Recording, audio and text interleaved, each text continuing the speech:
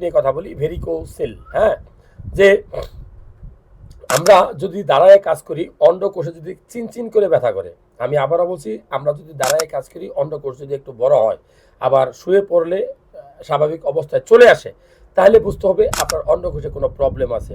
আপনি হঠাৎ করে যদি অনেকক্ষণ দাঁড়ায় কাজ করেন, অন্ডকোষের নিচ দিয়ে যদি আপনি টাচ করেন, হাত দিয়ে আপনি আপনার অন্ডকোষটা দেখেন, দেখবেন যে যোগ বা কেঁচুর মতো লাগবে, দড়ি বা রশির মতো লাগবে। কেন? এটা হলো আপনার অন্ডকোষের যে ভেসেলগুলো আছে, যে ভেনগুলো আছে, যে শিরাগুলো আছে, এখানে যে রক্ত জমে, সেই রক্তটা আর ফিরে আসতে পারে না, কারণ ভাল্ব বা কপাটিকা, এই রক্তনালীর ভাল্বগুলো নষ্ট হয়ে যায় ভেনগুলার।